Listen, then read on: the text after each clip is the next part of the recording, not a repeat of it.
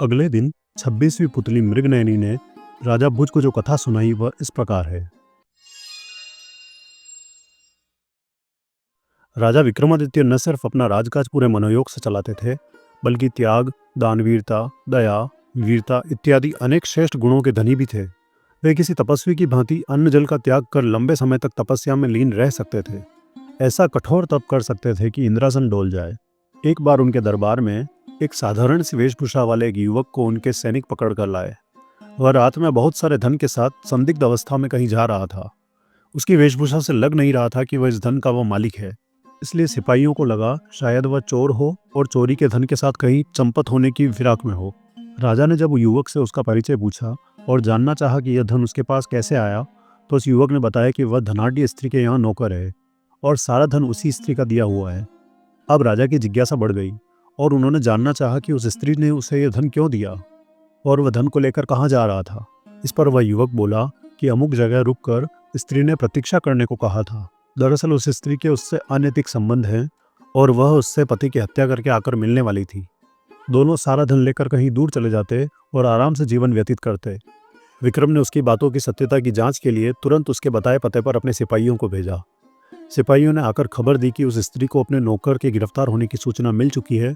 अब वह विलाप करके कह रही है कि लुटेरों ने सारा धन लूट लिया और उसके पति की हत्या करके भाग गए।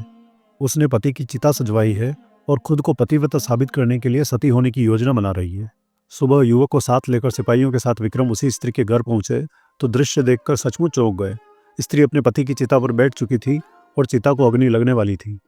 राजा ने चिता को अग्नि देने वाले को रोक दिया तथा उस स्त्री से चिता से उतरने को कहा। उन्होंने सारा धन उसे दिखाया तथा नौकर को आगे लाकर बोले कि सारी सच्चाई का पता उन्हें चल गया है। उन्होंने उस स्त्री को त्रिया चरित्र का त्याग करने को कहा तथा राजदंड भुगतने को तैयार हो जाने की आज्ञा दी। स्त्री कुछ क्षणों के लिए तो भयभीत हुई, मगर दूसरे ही पल बोली कि राजा को उसके चरित्र पर उंगली उठाने से पहले अपनी छोटी रानी के चरित्र की जांच करनी चाहिए। इतना कहकर वह बिजली की फुर्ती से चिता पर कूदी और उसमें आग लगाकर सती हो गई। कोई कुछ करता इससे पहले वह स्त्री जलकर राख हो गई। राजा सिपाहियों सहित अपने महल वापस लौट गए। उन्हें उस स्त्री के अंतिम शब्द अभी तक जला रहे थे। उन्होंने छोटी रानी पर निगाह रखना शुरू कर दी।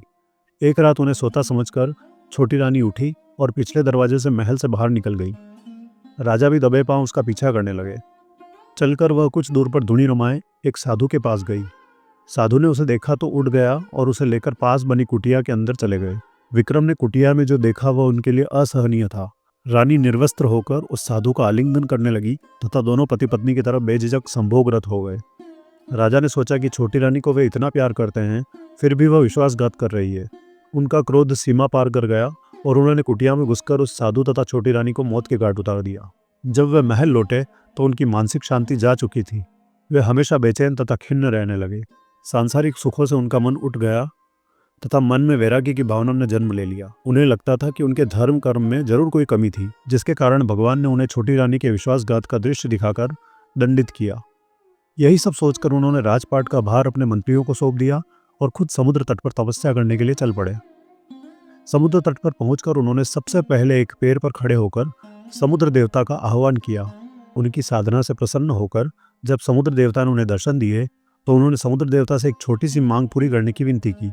उन्होंने कहा कि उनके तट पर वे एक कुटिया बनाकर अखंड साधना करना चाहते हैं और अपनी साधना निर्विघ्न पूरा करने का उनसे आशीर्वाद चाहते हैं। समुद्र देवता ने उन्हें अपना आशीर्वाद दिया तथा उन्हें एक शंख प्रदान किया। समुद्र देवता ने कहा कि जब भी कोई देवीय विपत्ति आएगी, इस शंख की ध्वनि से दूर हो जाएगी। समुद्र देव से उपहार लेकर विक्रम ने उन्हें धन्यवाद दिया तथा प्रणाम कर समुद्र तट पर लौट आए। उन्होंने समुद्र तट पर एक कुटिया बनाई और साधना करने लगे। उन्होंने लंबे समय तक इतनी कठिन साधना की कि देवलोक में हड़कंप मच गया।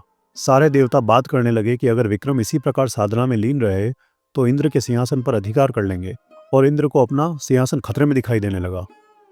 उन्होंने अपने सहयोगियों को साधना स्थल के पास इतनी अधिक वृष्टि करने का आदेश दिया कि पूरा स्थान जलमग्न हो जाए और विक्रम कुटिया सहित पानी में बह जाएं। बस आदेश की देर थी, बहुत भयानक वृष्टि शुरू हो गई। कुछ ही घंटों में सचमुच सारा स्थान जलमग्न हो जाता और विक्रम कुटिया सहित जल में समा गए होते। लेकिन समुद्रदेव ने उन्हें आशीर्वाद जो दिया था, उस वर्षा का सारा पानी उन्होंने पी लिया तथा साधना स्थल पहले की भांति सूखा ही रहा। इंद्र ने जब यह अद्भुत चमत्कार देखा तो उनकी चिंता और बढ़ गई। उन्होंने अपने सेवकों को बुलाकर आंधी तूफान का सहारा लेने का आदेश दिया। इतने भयानक वेग से आंधी चली कि कुटिया तिनके तिनके होकर बिखर गई। सब कुछ हवा में रुई की भांति उड़ने लगा। बड़े बड़े वृक्ष उखड़कर गिरने लगे। विक्रम के पांव भी उखड़ते हुए मालूम पड़े। लगा कि आंधी उन्हें उड़ाकर साधना स्थल से बहुत दूर फेंक देगी। विक्रम को समुद्रदेव द्वारा दिया गया शंख याद आया। उन्होंने शंख को जोर से फूंका। शंख से बड़ी तीव्र ध्वनि निकली। शंख ध्वनि के साथ आंधी तूफान का पता नहीं रहा। वहां ऐसी शांति छा गई मानो कभी आंधी आई न हो। अब तो इंद्रदेव की चिंता और अधिक बढ़ गई। उन्हें सूझ नहीं रहा था कि विक्रम की साधना कैसे भंग की जाए। अब विक्रम की साधना को केवल अप्सराओं का आकर्षण ही भंग कर सकता था। उन्होंने तिलोत्तमा नामक अप्सरा को बुलाया तथा उससे जाकर विक्रम की साधना भंग करने को कहा। तिलोत्तमा अनुपम सुंदरी थी। उसका रूप देखकर कोई भी कामदेव के बाणों से घायल हुए बिना रह नहीं सकता था। तिलोत्तमा साधना स्थल पर उतरी तथा मनमोहक गायन वादन और नृत्य द्वारा विक्रम की साधना में विघ्न डालने की चेष्टा करने लगी। मगर वैरागी विक्रम का क्या बिगाड़ पाती। विक्रम ने शंख को फूंक मारी और तिलोत्तमा को ऐसा लगा जैसे किसी ने उसे आग की ज्वाला में ला पटका हो। भयानक ताप से वह उद्विग्न हो उठी और वहां से उसी क्षण अदृश्य हो गई। जब यह युक्ति भी कारगर नहीं हुई तो इंद्र का आत्मविश्वास पूरी तरह डोल गया। उन्होंने खुद ब्राह्मण का वेश धरा और साधना स्थल आए। वे जानते थे कि विक्रम याचकों को कभी निराश नहीं करते तथा सामर्थ्य अनुसार दान देते हैं। जब इंद्र विक्रम के पास पहुंचे तो विक्रम ने उन्हें आने का प्रयोजन पूछा। उन्होंने विक्रम से भिक्षा देने को कहा तथा भिक्षा के रूप में उनकी कठिन साधना का सारा फल मांग लिया। विक्रम ने अपनी साधना का सारा फल उन्हें सहर्ष दान कर दिया। साधना फल दान क्या था, इंद्र को अभयदान मिल गया। उन्होंने प्रकट होकर विक्रम की महानता का गुणगान किया और आशीर्वाद दिया। उन्होंने कहा कि विक्रम के राज्य में अतिवृष्टि और अनावृष्टि नहीं होगी, कभी अकाल या सूखा नहीं पड़ेगा, सारी फसलें समय पर और भरपूर होंगी। इतना कहकर इंद्र अंतर्धान हुए। इतनी कहानी सुनाकर मृगनयनी पुनः सिंहासन में समा गई और राजा भोज आज भी सिंहासन पर नहीं बैठ पाए।